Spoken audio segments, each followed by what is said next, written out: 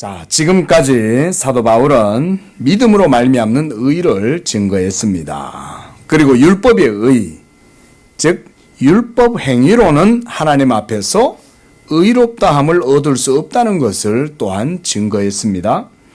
하지만 예수 그리스도를 믿고 그 안에 있는 자들에게는 율법의 모든 정죄에서 해방될 뿐만 아니라 믿음으로 말미암아 의롭다함을 얻게 되는 이 복음을 지금까지 사도가 증거했던 것입니다. 자, 그런데 여러분, 이런 복음, 이것이 유대인들에게는 어떻게 받아들여졌을까요?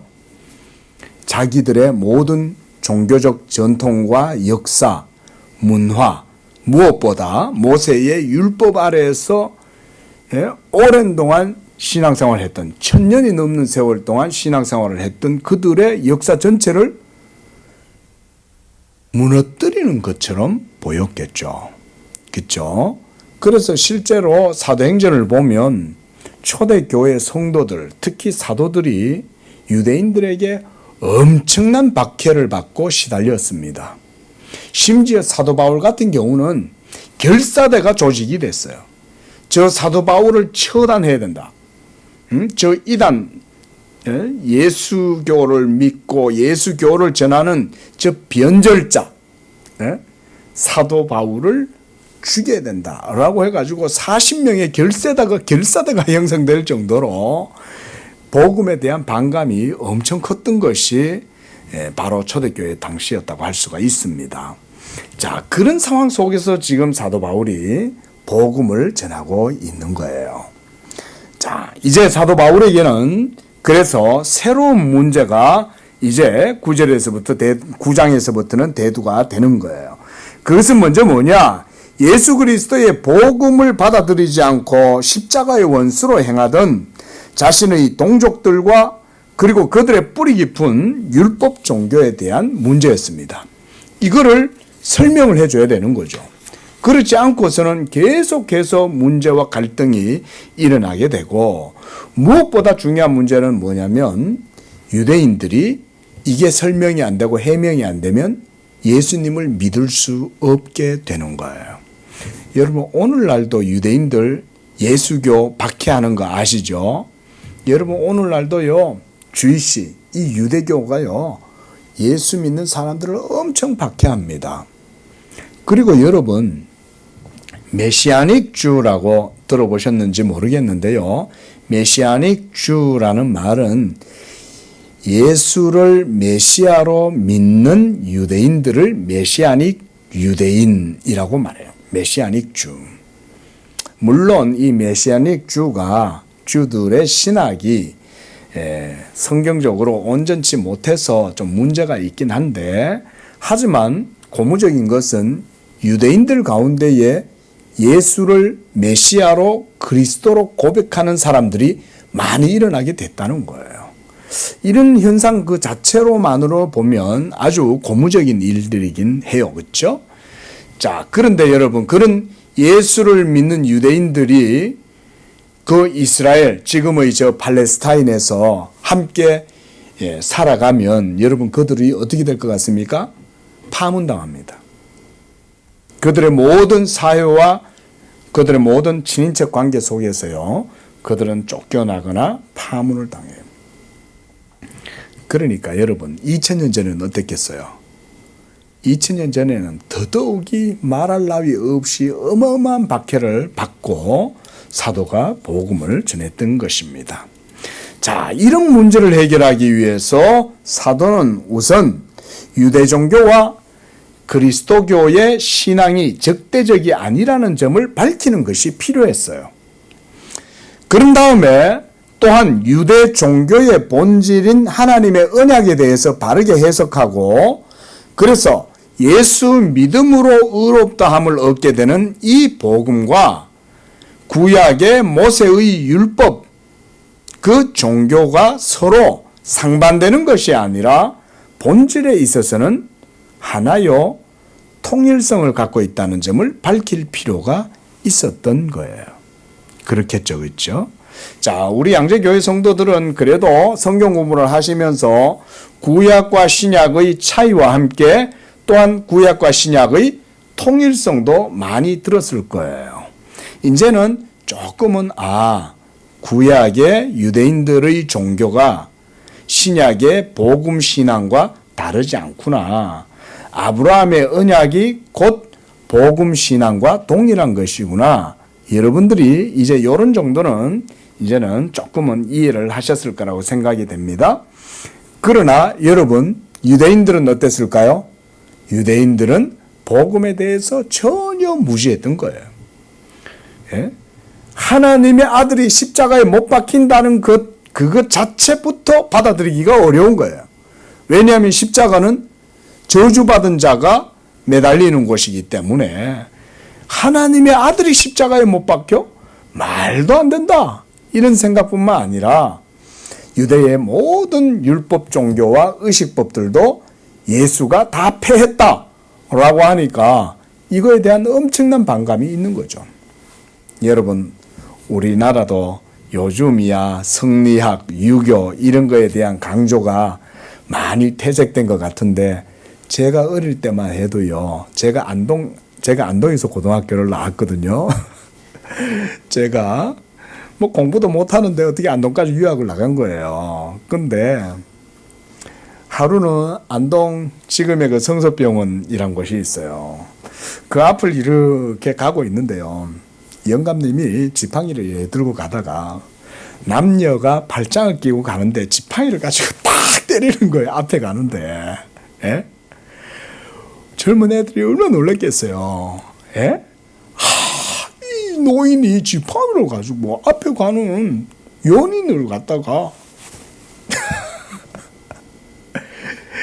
자, 아마 공감 다 하실 거라고 생각이 됩니다.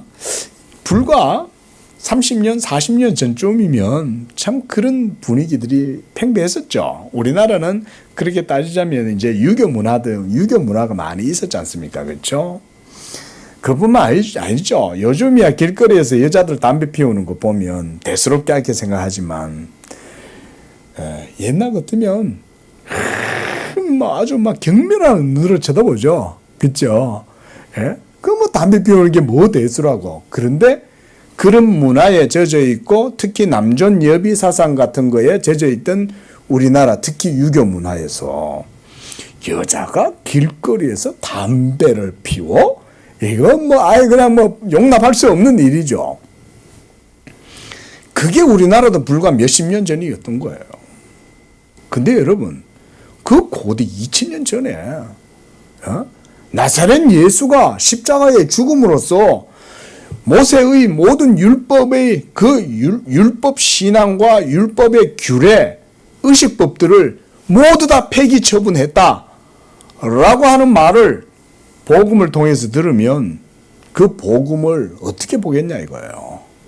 그렇겠죠. 충격이 어마어마한 거예요.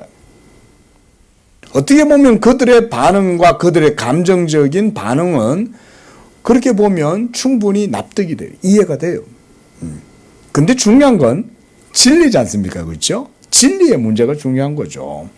만약 하나님의 진리라면 이스라엘 2000년 역사가 모조리 다 사라진다 한들 진리가 더 중요하지 않겠어요? 그렇죠? 진리의 문제가 더 중요했던 거죠. 그런데 사도 바울의 동족, 혈족들인 이스라엘 사람, 유대인들은 그런 생각을 하지 못했던 거예요. 바로 그들에게 복음을 전하기 위해서 그래서 유대 종교의 본질이 하나님의 언약을 바르게 해석하고 예수 믿음 이 복음과 다르지 않다는 것을 사도가 밝힐 필요가 있었던 거예요. 무엇보다 여러분 로마서 공부를 제가 설교 서두에 먼저 말씀을 드렸지만 로마서 공부를 해야 되는 이유가 유대인들과 동일한 이유인 거예요.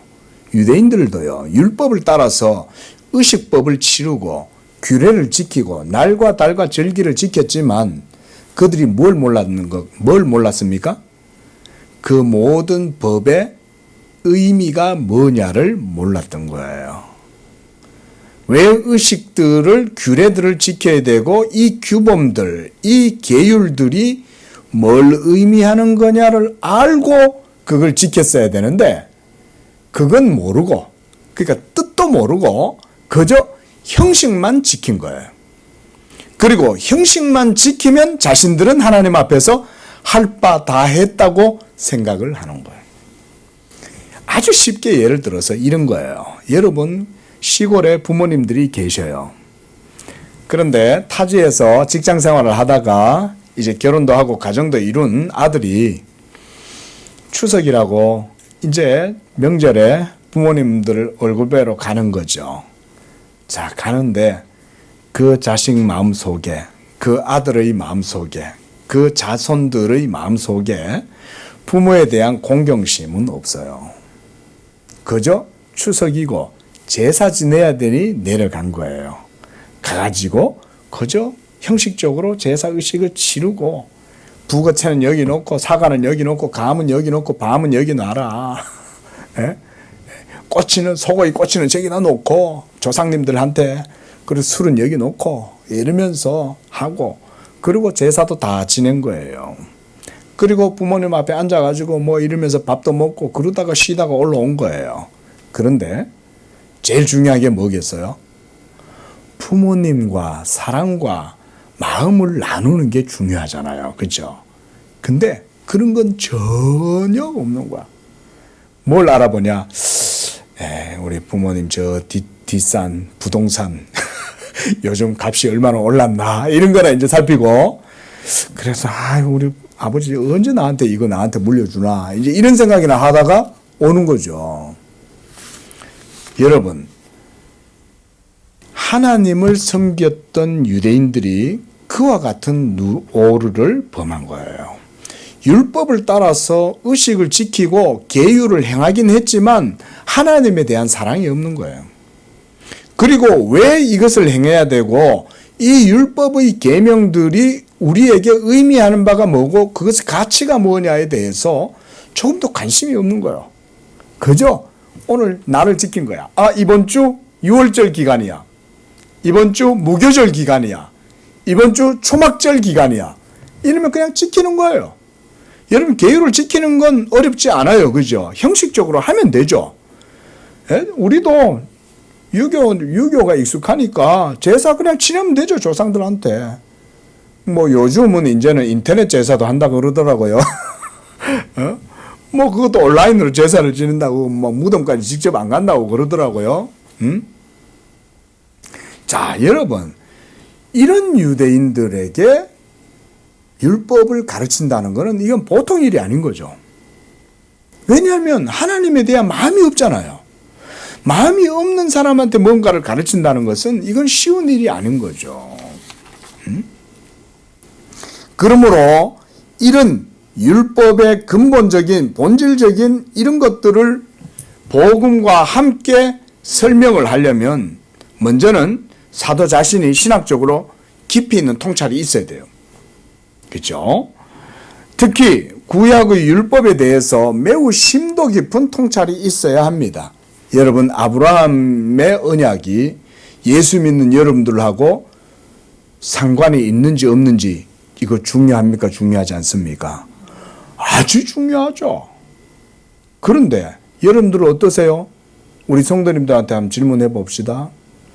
여러분들의 성경적 생각과 성경적인 이해에서 아브라함의 언약 신앙과 예수 믿는 여러분들의 믿음과 같다는 생각이 드십니까?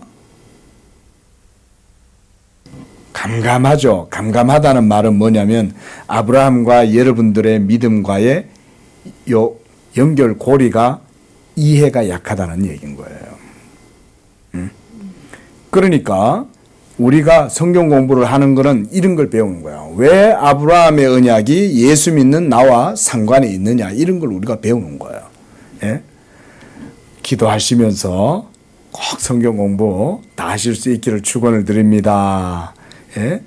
그렇게 하면 이런 것들을 배우는 거예요.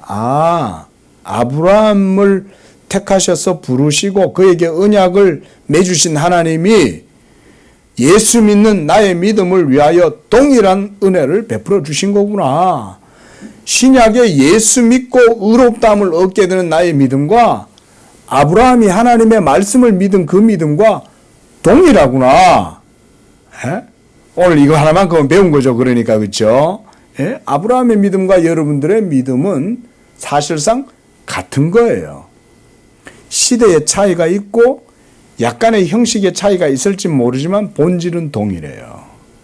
그래서 아브라함도 믿음으로 하나님께 의롭다함을 얻었고 여러분도 예수 믿음으로 하나님께 의롭다함을 얻고 죄사함을 받는 거예요.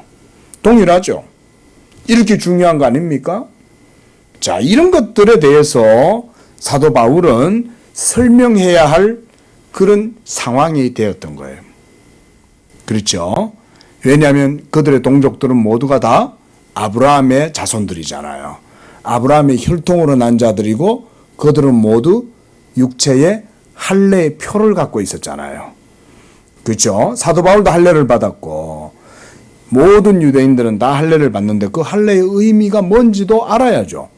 할례를 받긴 받았는데 할례의 의미가 뭔지를 몰라. 단지 할례의 표는 하나님의 선민이야. 뭐 이 정도만 갖고는 안 되는 거죠. 이런 정도만. 자, 또한 모세의 율법 언약이 아브라함 언약과 다르지 않고 통일성을 갖고 있음도 밝혀야 되고 또 모세의 율법 언약에 나타나는 도덕법과 의식법이 상징하는 것이 무엇인지도 밝혀야 했던 거예요. 자, 질문입니다. 여러분, 사도 바울처럼 아브라함과 모세와 또 모든 율법의 이런 계율, 도덕법과 의식법들을 다 설명하면 거기에서 드러나게 되는 것이 무엇일까요? 이 모든 걸 다 설명을 하면 거기에서 딱 결정체가 드러나게 돼 있어요. 그게 뭘까요? 예수 그리스도인 거예요. 모든 구약의 율법을 도가니에 넣어가지고 정제하고 추여가지고 딱 핵심 결정체를 딱 끄집어내면 거기에는 뭐가 나오냐? 예수 그리스도가 나오는 거예요. 그리고 또한 그 예수 그리스도를 믿음으로 우리가 죄인들이 하나님께 의롭다함을 얻게 된다라고 하는 이 구원의 교리가 거기에서 나오는 거예요. 그러니까 사도 바울 입장에서는 이런 걸 설명하지 않을 수가 없는 거죠. 그렇죠? 이걸 설명해야 되는 거예요. 그래서 바로 예수 그리스도가 하나님의 기름 부음 받은 자 메시아요 그리스도시고 그가 아브라함 언약의 실체였다. 이걸 보여주려고 그러는 거예요. 구약의 모든 율법의 규례와 의식법들이 지시하는 그 모든 예표, 그림자, 모형 이것들은 다 예수 그리스도를 지시하는 거예요. 예? 그리고 모든 선지자들, 구약의 모든 예언자와 선지자들이 했던 모든 예언의 내용도 마찬가지로 장차 오실 자 하나님의 메시아 그리스도에 대해서 증거한 거예요.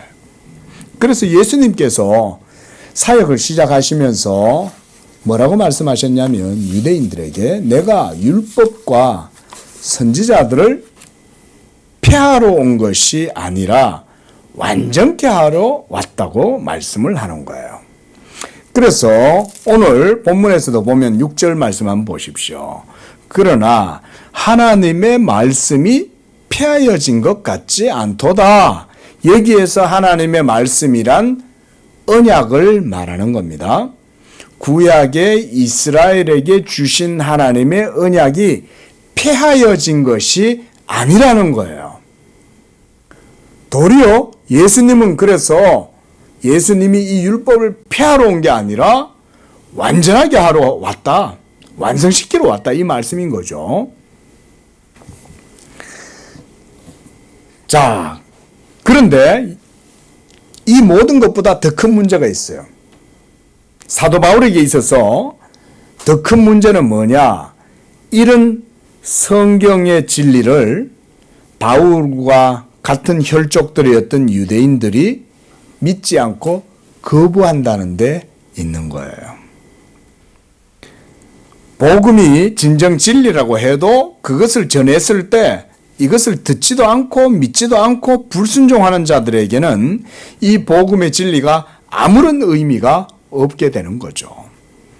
그래서 본문 1절에서 3절에서 사도는 복음을 배척하고 십자가의 원수를 행하고 있는 자기의 동족들을 향해 이렇게 말해요. 내가 매우 큰 근심과 고통스러운 마음으로 그들을 바라본다 라고 말하면서 3절에서 그는 심지어 자신이 저주를 받아서 그리스도에게서 끊어지더라도 자신의 동족이 하나님의 참된 말씀에 대한 믿음으로 돌아오기를 바라는 마음으로 이렇게 말을 하고 있는 거예요. 다시 한번 3절을 보십시오. 뭐라고 얘기를 합니까? 2절 말씀 하반절 보세요. 그치지 않는 고통과 내 양심이 성령 안에서 이 근심에 대하여 증언한다 그랬습니다. 또 3절 하반절에서는 내 자신이 저주를 받아 그리스도에게서 끊어질지라도 내가 그것을 원한다. 뭘 원한다는 겁니까? 유대인들이 언약의 참된 신앙으로 돌이키기를 원한다는 거예요. 여러분, 율법의 실체는 누굽니까? 예수님이죠. 그렇죠? 율법의 실체가 바로 원래는 예수님인 거예요. 구약의 모든 율법들이 지시하는 바가 예수님을 지시하는 거예요.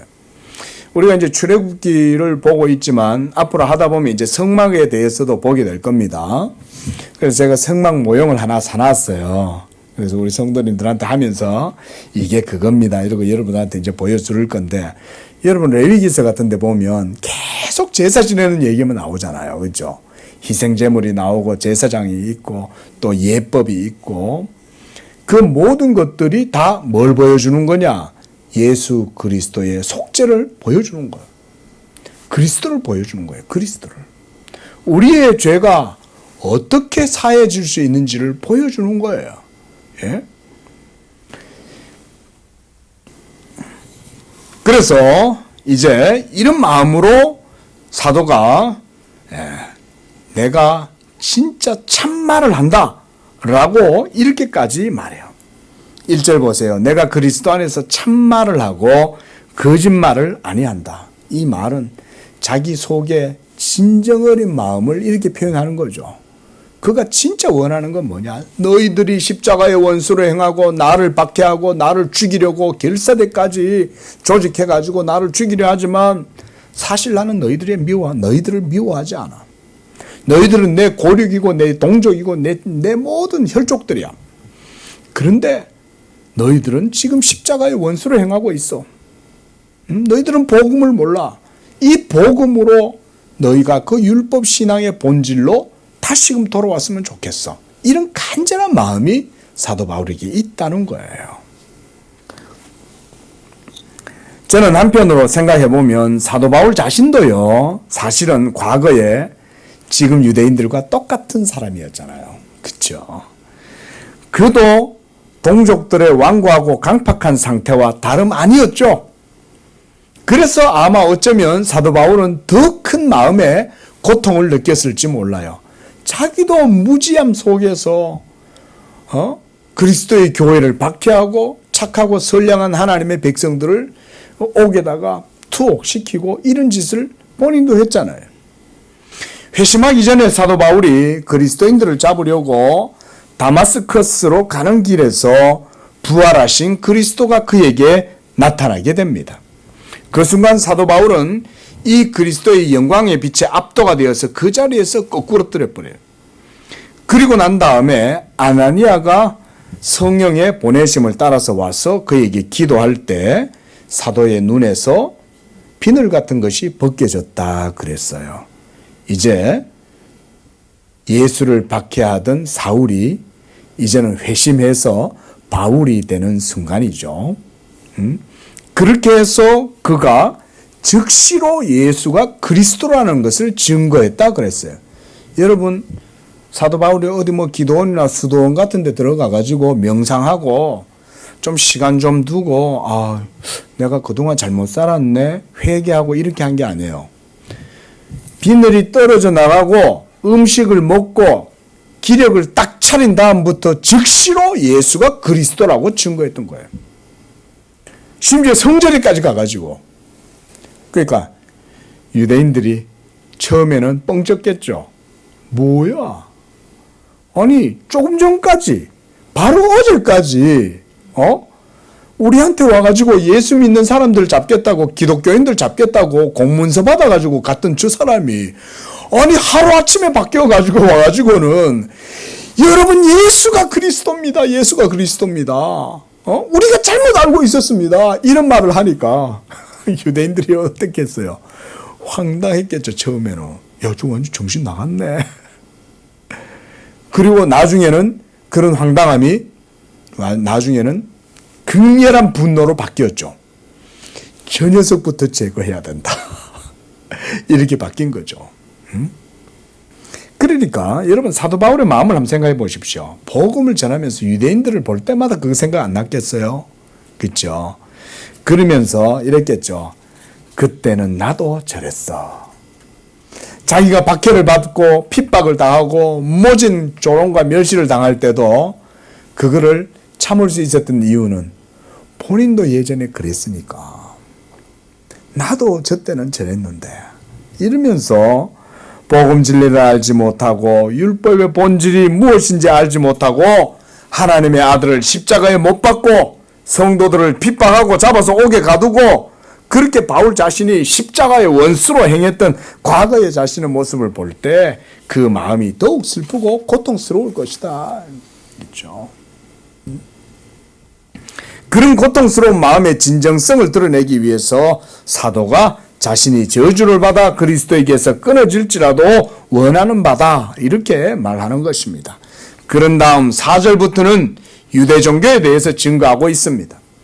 여러분 4절 앞에 보다 이 4절의 의미, 문맥의 의미를 강화하기 위해서는 무슨 말을 붙이면 되냐면 이런 부사를 붙이면 좋아요. 4절 보십시오, 여러분. 거기에다가 그 앞에 이런 말을 붙이면 좋아요. 원래는 이렇게 이 부사를 붙이는 게 좋습니다. 그리고 한번 읽어봅시다. 시작. 원래는 그들은 이스라엘 사람이라 그들에게는 양자됨과 영광과 언약들과 율법을 세우신 것과 예배와 약속들이 있고 조상들도 그들의 것이다. 여기까지요. 유대 종교에서 율법 신앙의 정체성을 밝히는 게 우선 중요하기 때문에 바울은 이스라엘 종교의 본질이 무엇인지를 밝히는 것입니다. 이 말은 뭐냐면 기독교 신앙의 근원, 기원이 구약 이스라엘의 언약 신앙에서 나왔다는 것입니다. 여러분 사도 바울이 전했던 복음이 로마를 통해서 전 세계로 퍼졌잖아요. 그렇죠? 전 세계에 예수 그리스도의 복음이 증거된 거예요. 근데 사도 바울이 전한 그 복음은 사도 바울이 창안한 겁니까? 사도 바울이 교주로 창안하고 시작한 겁니까? 그게 아니죠. 여러분 기독교 신앙은요 기원이 있습니다. 기독교 신앙은 기원이 역사 속에서 생겨난 게 아니에요. 여러분 이거 잘 아셔야 됩니다. 자, 여러분 불교의 기원은 어디서 생겨났습니까? 하늘에서 생겨났습니까? 시타르타에게서 생겨난 거죠. 그렇죠? 예? 석가모니가 창안한 게 불교죠. 유교는요. 조로아스터교는요. 마니교는요. 세상에 있는 모든 종교는 다 창안자가 있습니다. 시작점이 있습니다. 그런데 기독교의 시작점은 하나님에게서 시작되었습니다. 하나님께서 메소포타미아에서 살아가던 그 갈대아 우르에서 우상이나 만들어 가지고 팔고 하는 불교 만물상 그런 거 운영하던 그런 사람이었던 아브라함을 하나님이 나타나셔서 그에게 하나님이 한 곳을 지시하고 그리고 그곳에 가서 하나님을 섬기고 살아가도록 하나님이 만드신 거죠. 그래서 여러분 기독교의 근원은 아브라함의 언약에 있다. 이렇게 우리가 이해를 해야 됩니다. 그리고 아브라함의 신앙은 하나님의 부르심에 의해서 이루어진 것입니다. 여러분들의 예수 믿음도 하나님의 부르심 가운데 있는 줄로 믿습니다. 예? 여러분들의 신앙의 근원도 이 땅에서 시작한 게 아니에요. 하나님의 부르심에서 시작이 되는 거예요. 아브라함과 같이 여러분들을 하나님이 다 부르시는 거예요. 예. 저는요, 뭐 제 개인 얘기지만 저희 아버지 때에 예수님을 믿으셨어요. 그래서 할머니하고 아버지가 같이 이제 교회를 나가시게 된 거예요. 근데 저희 아버지 같이 참 성격이 아주 강한 분이 아주 합리적이고 그런 분인데 그 예수를 어떻게 믿었겠어요?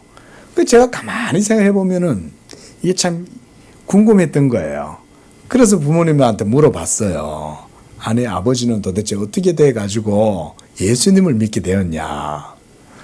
저희 아버지가 군대를 제대하고 나가지고 저희 이제 큰아버지가 사시던 곳이 영양이에요. 영양. 여러분 영양 아시죠? 고추 유명한 영양. 그 영양이 이제 제 아버지 이제 고향인데 아버지는 뭐 다른 일을 하시고 싶었는데 이제 큰 집에서 같이 이제 거기 와서 살자 이래서 아버지가 그냥 다 접고 형님하고 같이 살려고 들어가 가지고 고향으로 돌아가신 거예요. 들어가 가지고는 거기서 이제 농사를 짓고 이렇게 살려고 하는데 밤마다 저희 아버지가 그 집 뒤에서 굴러 내려오는 바위에 눌려가지고 밤마다 가위에 눌려가지고는 도저히 거기에 살 수가 없었다고 그래요. 제가 그 얘기를 들으면서 그래가지고는 결국은 아버지가 거기서 떠나실 수밖에 없었다는 거예요. 그렇게 해서 떠나가지고 이제 진보라는 곳, 바로 그 이제 영양에서 한 1시간 정도 나오면 이제 저희 고향, 제가 태어난 고향인 진보라는 곳이 있어요.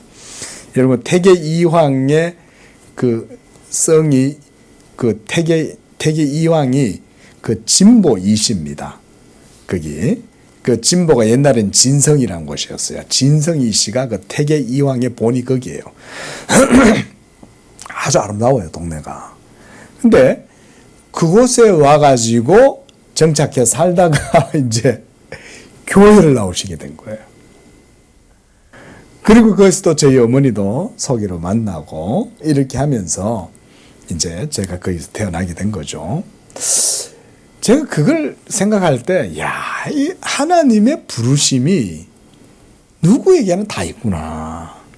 여러분들에게도 하나님의 부르심이 있는 줄로 믿으시기 바랍니다. 여러분들이 하나님을 찾아서 오시는 게 아니에요. 하나님이 여러분들을 이 세대 가운데에서 불러내시는 거예요. 하나님의 섭리가 우리 집사님한테 있어가지고 이 집사님께서 어느 날 이 남상수 목사를 만난 거예요. 예? 우리 전도사님이 하나님의 때가 돼가지고 어떻게 또 남상수 목사하고 만난 거예요. 응? 이런저런 이유로 여러분들이 다 저마다 하나님의 부르심 가운데로 나오는 거예요. 여러분들이 걸어가는 것 같지만 사실은 하나님이 불러내시는 것입니다. 그런 가운데에서 우리가 하나님을 믿는 거죠.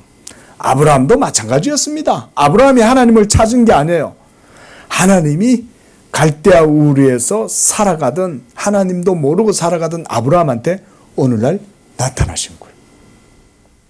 아브라함이 깜짝 놀랐을 거 아니에요. 자기는 우상이나 만들고, 여러분 불교의 만물상 있잖아요. 가면은 불교 용품 파는데 뭐 그런 거 하면서 살던 사람들 아닙니까?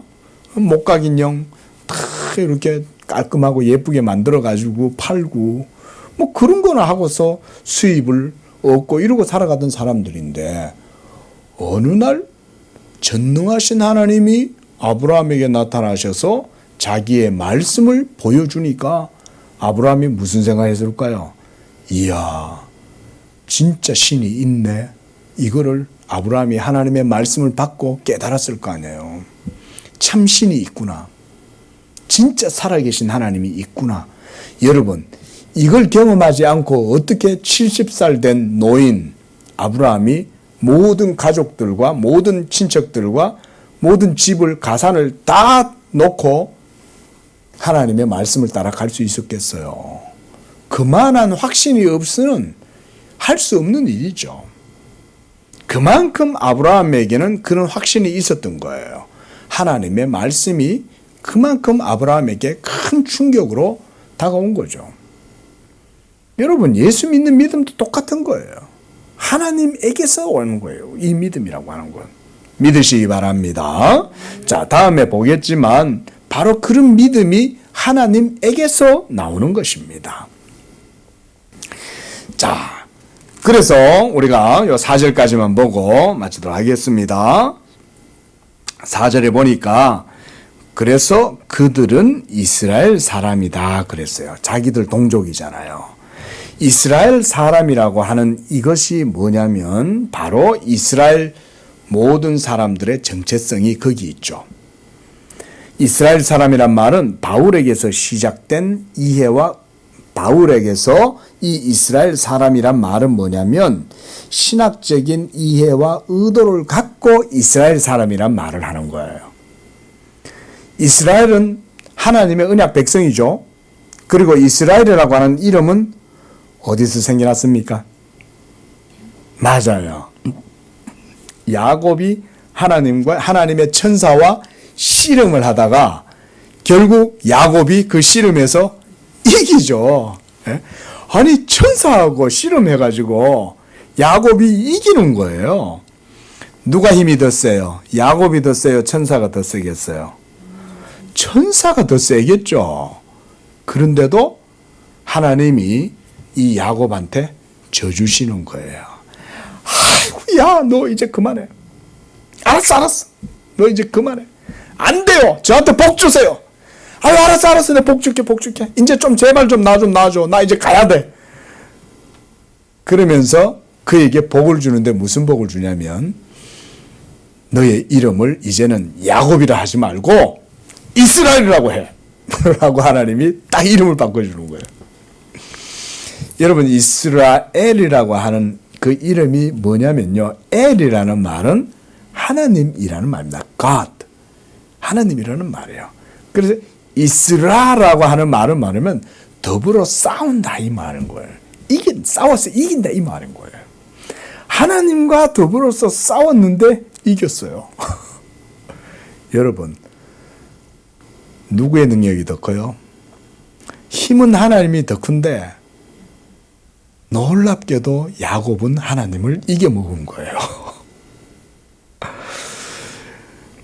여러분, 어떻게 야곱이 하나님을 이길 수 있었을까요?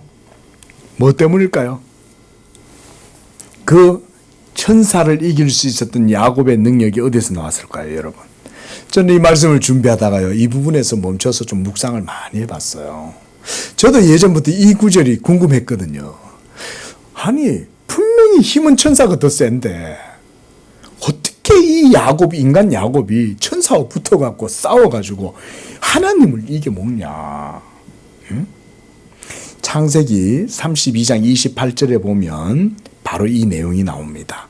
거기에서 하나님이 야곱에게 이렇게 말합니다. 네 이름을 다시는 야곱이라 부를 것이 아니요 이스라엘이라 부를 것이니 이는 네가 하나님과 및 사람들과 겨루어 이겼습니다. 이렇게 말해요. 하나님만 이긴 게 아니에요. 여기 보면 사람과도 겨루어서 이겼다는 거예요. 야곱이. 여러분, 야곱의 이런 능력이 어디서 나왔겠어요? 야곱의 이런 능력을 저는 복이라는 말로 대체해서 이해하고 싶어요. 야곱은요, 하나님께 복을 받은 자인 거예요. 여호와께 복을 받으면 사람들도 이깁니다. 힘이 세서 이기는 게 아니에요. 그 사람은 여호와께 복 받은 자이기 때문에 무엇을 해도 이기는 거예요. 이게 바로 야곱이 천사와 씨름해서 이길 수 있었던 비결인 거예요. 그래서 사도 바울은요, 바로 다음부터 이 야곱과 함께 이삭과 함께 하나님의 언약에 신앙의 선택에 대해서 말을 합니다. 선택에 대해서. 오늘은 그걸 보지 않겠어요? 다음에 보겠습니다. 그런데요, 여러분 보십시오. 야곱이라는 사람은 하나님의 택하심을 입었기 때문에 이 야곱과 천사가 씨름할 때 야곱은 이길 수가 있었던 거예요. 그러면 반대로 에서가 천사와 씨름하면 누가 이길까요? 천사가 이기죠. 에서는 하나님을 이겨먹을 수가 없어요.